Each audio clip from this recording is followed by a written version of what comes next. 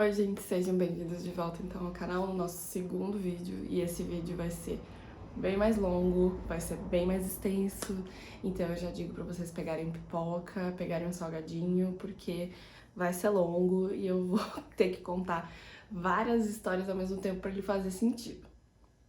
Mas o vídeo de hoje então vai ser sobre Stranger Things e as questões de mediunidade e da espiritualidade que aparecem ali e coisas que eles mesmos já revelaram que são reais, mas que eles não podem falar com todas as letras porque interferem em projetos governamentais.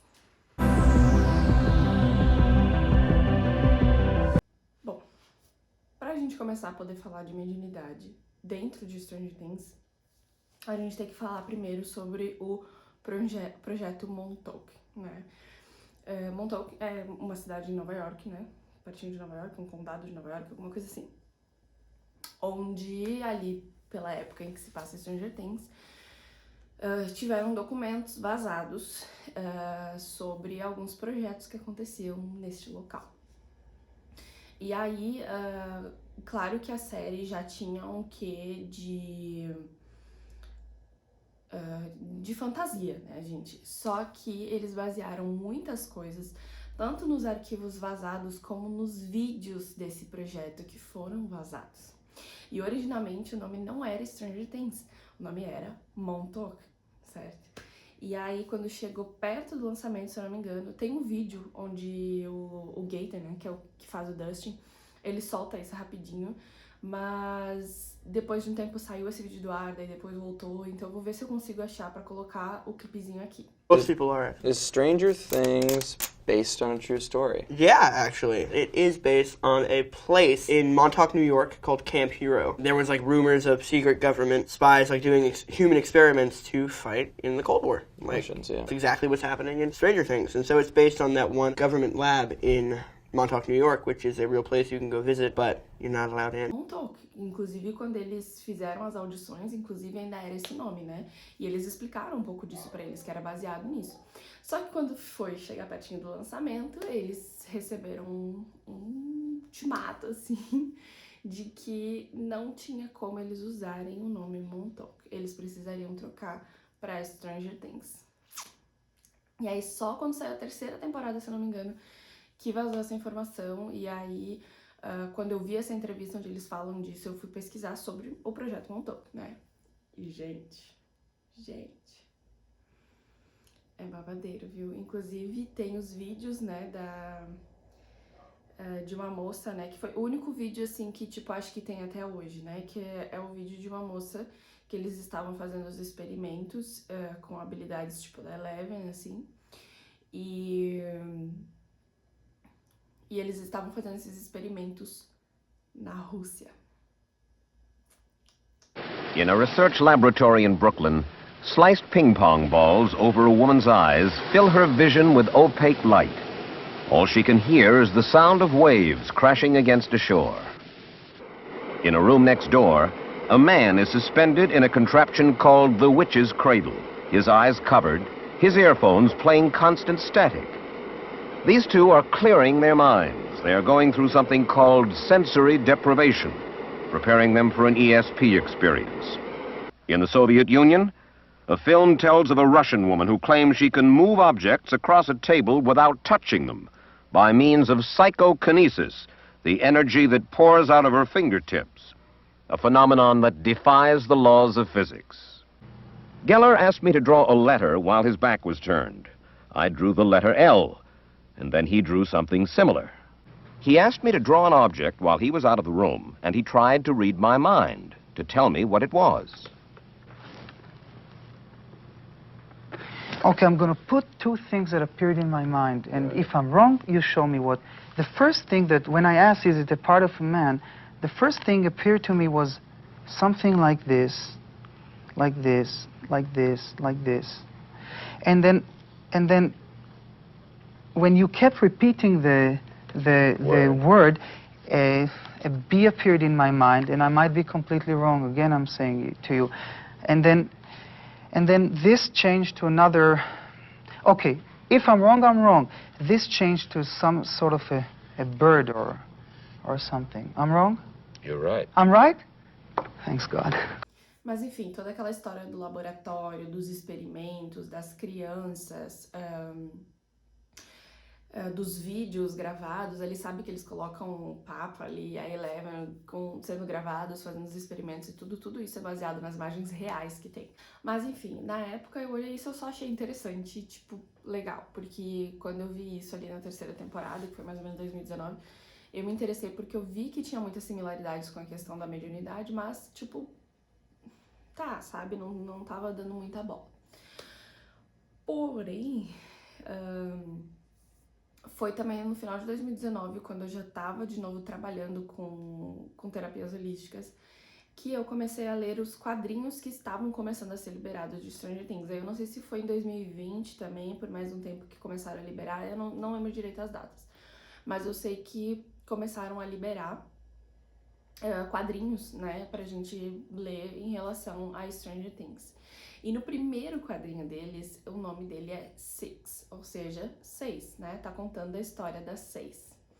E obviamente eu me afundei nisso, porque a 6 nos quadrinhos, ela é uma menina que tem visões. E ela tem uma visão sobre a Eleven, sobre o mundo invertido, sobre tudo isso, e ela meio que entra em pânico, assim, e ela tenta avisar algumas pessoas. Acontece algumas coisas ali que eu não lembro porque já faz um tempo, mas se quiserem ler, deve estar disponível até hoje. E ela começa a se desesperar, e ela tenta fazer um movimento pra avisar alguém sobre a Eleven, alguma coisa assim, e no final realmente acontece a visão dela, que era a Eleven abrindo um portal pro mundo invertido. E quando tu lê os quadrinhos, tu vê a importância de ter aparecido a 6 e a importância ali na narrativa do negócio e na junção das crianças que tem ali, né? E aí nos quadrinhos fala um pouco mais sobre as habilidades de cada uma das crianças. Tanto que, como apareceu a 8, eu achei que na quarta temporada iria aparecer a 6. Mas a gente viu, se não me engano, na quarta temporada o número 6, e era um menino, e ele morreu. E eu fiquei tipo... Como assim, cara? Era uma peça tão importante. Alerta de spoiler, porque eu vou falar em seguida, tá? E provavelmente todas as outras cenas que eu vou falar também são spoilers. Então se alguém não viu, saiba que está compactuando com a sua própria tomada de spoilers. Mas enfim, quando você vê os quadrinhos, você vê que é muito mais palpável essa coisa de olhar as habilidades mediúnicas através das crianças. Mas eu vi que na quarta temporada eles resolveram ir bem pro lado fantasia mesmo, e pegaram e tornaram ele o Vecna, e enfim. E aí provavelmente vai ter algumas pessoas que vão falar: ah, mas telecinese é realmente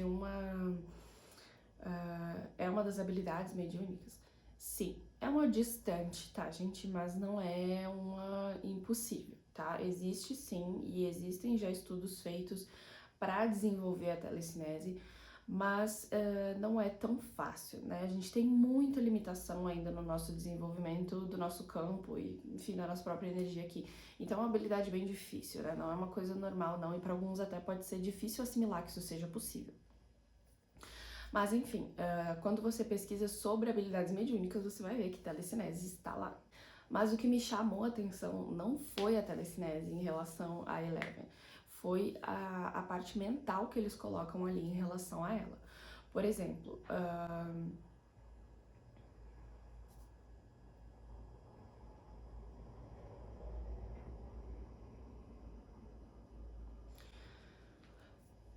ali na terceira temporada, a gente vê que ela usa um pano preto pra cobrir os olhos, porque ela já tá num desenvolvimento mais tranquilo, mas ela ainda precisa de algumas coisas pra dispersar os outros sentidos dela. Então ela coloca uma frequência de rádio, ela coloca a venda nos olhos, e ela usa isso pra entrar, tipo, como se fosse numa projeção astral, tá? Então ela entra mais ou menos numa projeção astral pro momento em que ela vai procurar o que ela tem que procurar. Mas se a gente voltar aí na primeira temporada, em outros eventos que a gente vê aí ao longo de Stranger Things, a gente vê que eles colocam ela numa banheira, né, que priva ela dos outros sentidos e que ela fica totalmente dormente, né, a sua própria mente. E, gente, o que é isso se não forçar um estado meditativo? Porque todos os outros sentidos poderiam distrair ela, ainda mais sendo uma criança. Então, se ela é privada dos outros sentidos, ela consegue se concentrar muito mais fácil no que vai acontecer ali mentalmente. E vocês veem que nem sempre ela vai para um lugar bom, às vezes ela vai para um mundo invertido, às vezes ela vê coisas engraçadas, que nem a terceira temporada, ela vai procurar as pessoas, às vezes ela vai lá ver as pessoas e tá um negócio bem pesado. Na terceira temporada ela vê toda a questão ali da possessão do Billy, né? Então, é exatamente isso. Ela não tem noção ainda do que ela tá fazendo, mas ela sabe como fazer, porque ela foi treinada pra isso. E vocês veem que lá nas primeiras temporadas ela é completamente dependente disso, de ter a piscina, de ter a venda, de estar totalmente privada dos sentidos. Aí quando a gente vai evoluindo, né, a gente vai lá pra terceira temporada, ela passa a segunda inteira sem exercitar muito isso, né? Ela exercita mais quando ela encontra a 8, enfim. E aí quando ela vai lá pra terceira temporada, ela já não precisa tanto disso. Ela já tá evoluindo nessa questão de isolar os próprios sentidos. Então ela já usa a venda, ela já usa só o barulhinho do rádio, ela não precisa estar privada dos sentidos do próprio corpo, porque ela tá evoluindo nessa questão. E aí na época eu comentei isso, eu acho que foi com a minha mestra de Reiki, eu não lembro muito bem, eu acho que foi com ela, que a gente comentou sobre isso e sobre como isso são exercícios tipo para realmente fazer a pessoa ficar isolada e ela ficar ali concentrada naquele momento daquela projeção ou daquela... como eu posso colocar? É que existe um lado ali também em relação a registros, tá? Existe um desenvolvimento que a gente faz na prática de registros akáshicos que é bem parecido com o que aparece ali. Inclusive, assim, de quando tu tá no início de aparecer tudo preto em volta e tu vê só o foco daquela coisa, pra muita gente isso acontece no início de desenvolvimento de registros.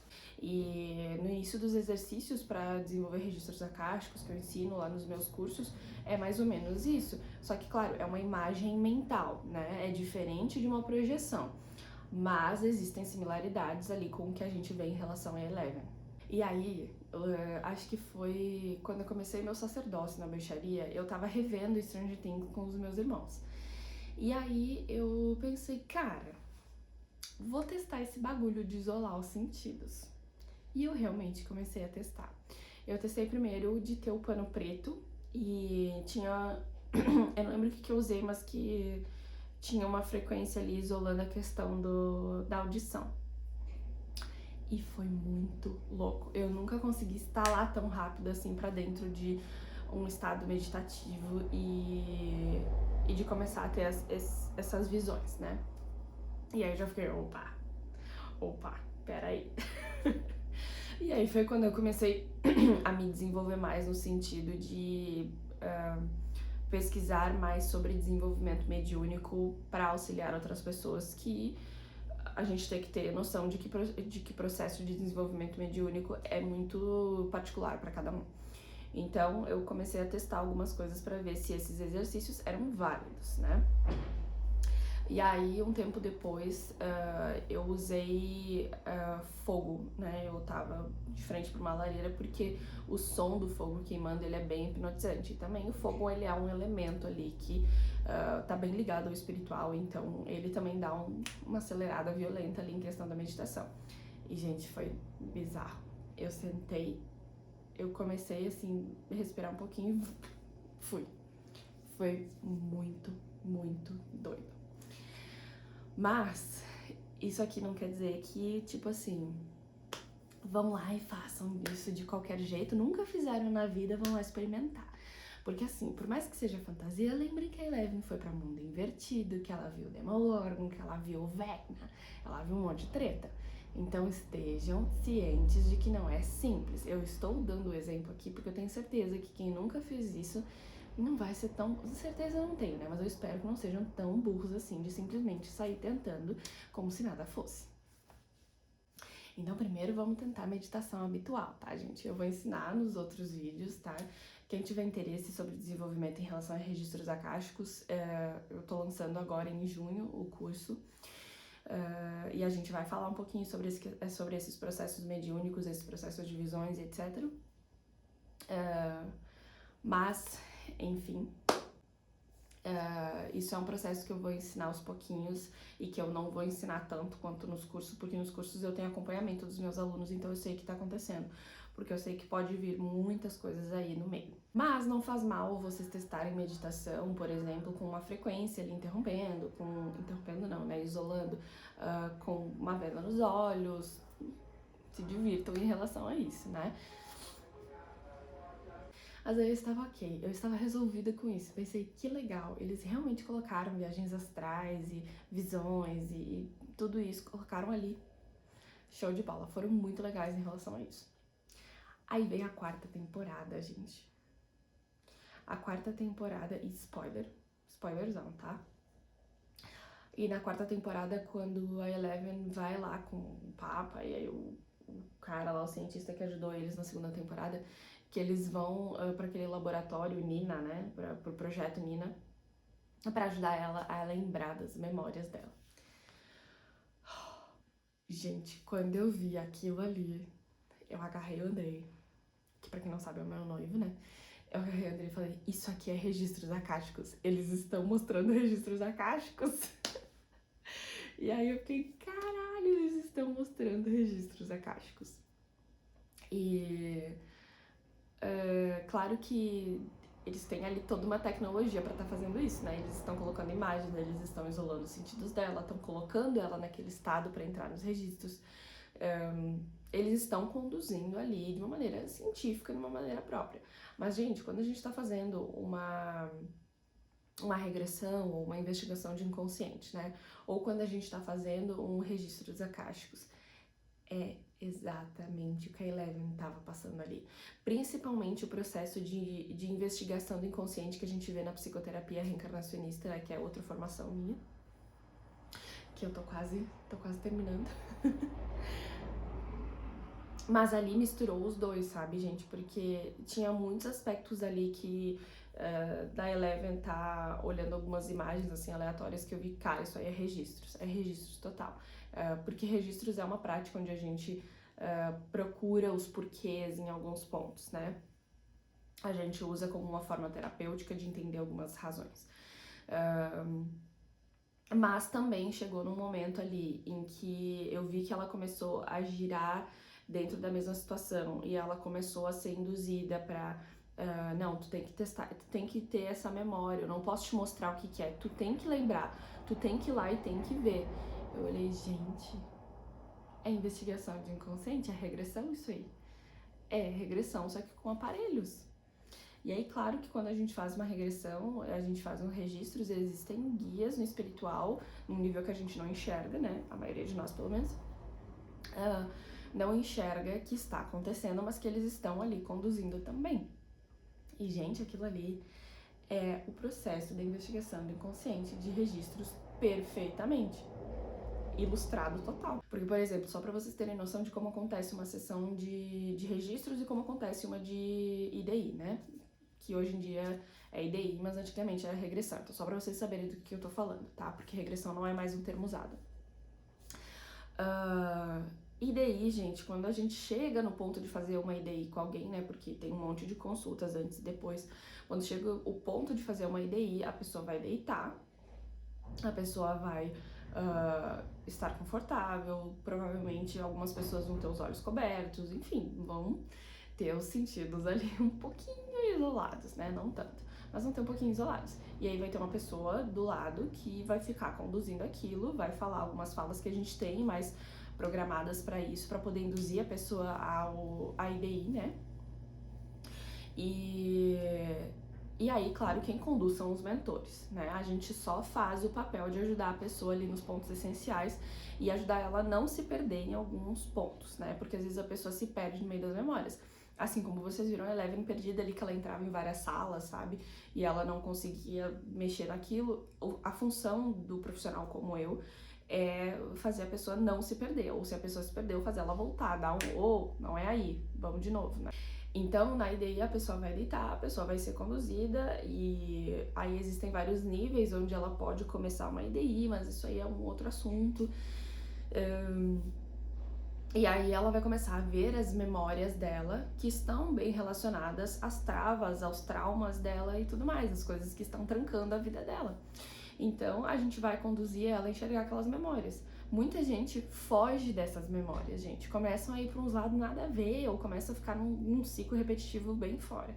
E aí é quando entram os profissionais que vão estar lembrando ela. Ó, mas vem cá, olha tal coisa ali que tu tinha me falado, vamos de novo ali. E basicamente foi aquilo que o Papa ali tava fazendo com ela, né? Tava induzindo ela e dizendo algumas palavras para ela lembrar, tava dando alguns gatilhos ali para ela ter alguma lembrança. Então, basicamente aquilo foi uma investigação do inconsciente, né? Claro, ela não chegou num ponto bom ali do negócio, né? Ela viu uma treta deslavada, mas ela entendeu o que aconteceu. E esse é o ponto da IDI. Ela entendeu qual era a trava e ela conseguiu entender o que ela precisava para soltar aquilo ali que estava prendendo os poderes dela. E aí, nos registros acásticos, onde se assemelha, gente, a diferença é que é o profissional de registros acásticos que vai olhar. Aí seria como se, por exemplo, o Papa estivesse ali sentado, olhando aquilo pela Eleven, sabe? Seria mais ou menos isso. Mas nos registros acásticos, tanto para uso pessoal como para uso para os outros, a gente também vai fazer algo similar. O funcionamento do que a gente vê é um pouquinho diferente, tá? E ele é um pouquinho mais livre, um pouquinho mais solto. A gente pode ter algumas canalizações aleatórias, receber símbolos, receber nomes, receber um monte de coisas aleatórias dentro dos registros, né? E por isso que tem que ser um profissional que esteja estudando isso para poder acessar por outras pessoas. Claro que pode fazer uso pessoal, mas é legal ter essa introdução antes de ter alguém te orientando no início, porque pode ser uma experiência muito louca no início, né? A gente usar registros acásticos. Então, nos registros, você faz, por exemplo, o que a Eleven estava fazendo aí pela pessoa, mais ou menos assim, tá? Mas os registros, assim, não vai ter uma contação de histórias tão longa, a menos que seja estupidamente necessário. Às vezes vai mostrar um ponto e aí vai trazer ali, tu tem que dar esse ponto pra pessoa, porque daí ela vai ter algum gatilho de lembrar o que é aquilo e ela vai ter que explorar aquela memória, tá? Então, registro se assemelha bastante, tá? Mas o processo, assim, eu diria que a estrutura de como acontece é um pouquinho diferente. Mas em ambos tu consegue ver a estrutura deles ali, claro, bem figurada e com equipamentos e etc. Na quarta temporada ali de Stranger Things. Ficou perfeito, gente. Perfeito. E principalmente aquela parte ali, gente, que eles começam a colocar as telas, assim, que ela tá na banheira, né? E ela tá com as telas em cima mostrando as imagens. Gente, eu olhei aquilo e fiquei, cara, é o telão. É o telão que a gente aprende que tem, né? Que a gente olha o telão através do plano astral, que o plano astral tá nos mostrando no telão as imagens, né? E aí eu fico tipo, gente, é perfeitamente o que é uma ideia. Eu fiquei pasma, chocada, no chão. Mas enfim, registros e IDI têm bastante similaridades, tanto que ambas estão bem ilustradas ali na quarta temporada no Projeto Nina. Mas é claro que também tá fantasiado, né? A gente tem ali algumas questões de fantasia, de ela tá e de todos os equipamentos que eles utilizaram e tudo mais, enfim, né? É claro que tem o lado que tem que seguir a linha da série, né? Mas eu achei muito interessante e tem pontos ali que eu olhei e fiquei tipo, cara, eles não podem ter tirado isso do nada. Eles sabem o que eles estão mostrando, porque é muito perfeito. E eu fiquei, eles sabem o que eles estão olhando, eles sabem muito bem o que eles estão se baseando. E até a estrutura que eles colocam ali, isso é um outro assunto que eu vou abordar rapidinho, gente, porque ele tá bem fantasiado e eu não quero que ninguém leve ao pé da letra, tá? Mas um outro assunto ali que eles ilustraram bem é a estrutura ali de tipo magos negros, obsessores, sofredores, etc, né? Dando um exemplo, por exemplo, o Will, sei lá. O Will ali claramente chegou num ponto que ele era um sofredor, né? Ele era um sofredor que estava depois ali com o obsessor acoplado E esse obsessor, ele estava amando de um mago negro, que seria o Vecna, né? Então eu fiquei tipo... Carajo.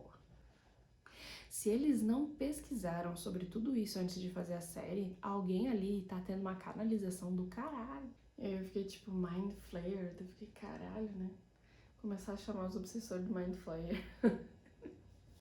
Mas enfim, gente, tem alguns outros detalhes ali na narrativa que também são legais, mas eu acredito que agora que vocês viram esse vídeo, vocês vão notar vendo Stranger Things. Mas se ficar dúvida, vocês podem deixar pra mim nos comentários, vocês podem deixar pra mim na caixinha lá no Instagram. Mas era isso, eu queria só pontuar essas coisinhas pra vocês perceberem como tem Stranger Things dentro de mediunidade, Stranger Things. Tá tudo aí um pouquinho ligado, claro, gente, bem fantasiado, não levem ao pé da letra, tá? Tá bem fantasiado, mas tem coisas ali que estão perfeitamente ilustradas e que estão muito legais da gente observar, principalmente nós que estamos em desenvolvimento espiritual. E... inclusive tem lições muito legais aí sobre esse desenvolvimento também. A parte da Max, gente, foi sensacional, foi um hino aquela parte da Max. E a questão da música que eles colocaram ali, porque, gente, música é uma magia fantástica. Então, assim, tem várias coisas ali que se a gente começar a pontuar, vocês vão ver que tem coisas fantásticas. Inclusive, se for do interesse de vocês, em algum momento eu também posso fazer... realmente reagindo e pontuando as coisas de Stranger Things em relação à mediunidade, vídeo por vídeo. Mas isso só se vocês realmente quiserem, porque dá um trabalhão. E eu pretendo trazer no futuro outros vídeos também nesse sentido, por exemplo, o Doutor Estranho, né? Doutor Estranho, gente, tem coisa que não é nem ilustração, né? É perfeito, é ali. Mas enfim, tem outras séries, tem outras coisas. Harry Potter tem várias coisas também bem fantasiado, mas tem várias coisas ali muito interessantes também. E eu acho que é um assunto que a gente pode abordar aqui e vai ser um quadro aqui no nosso canal. Mas por hoje é isso. E obrigada por vocês terem ficado aqui até o finalzinho. Eu vou deixar pra vocês o meu Instagram, o meu TikTok, inclusive onde eu posto alguns vídeos curtinhos sobre tudo isso, onde eu dou umas cutucadas em relação a essas coisas que eu vou notando em séries, filmes, livros e tudo mais. Inclusive, eu tava pontuando isso sobre a Cotar e eu fiquei assim... Mas enfim, só pontuando que eu vim a Cotar. E a Cotar eu fiquei chocada com algumas coisas também. Mas enfim, é isso, gente. Muito obrigada. E a gente se vê então no nosso vídeo de terça.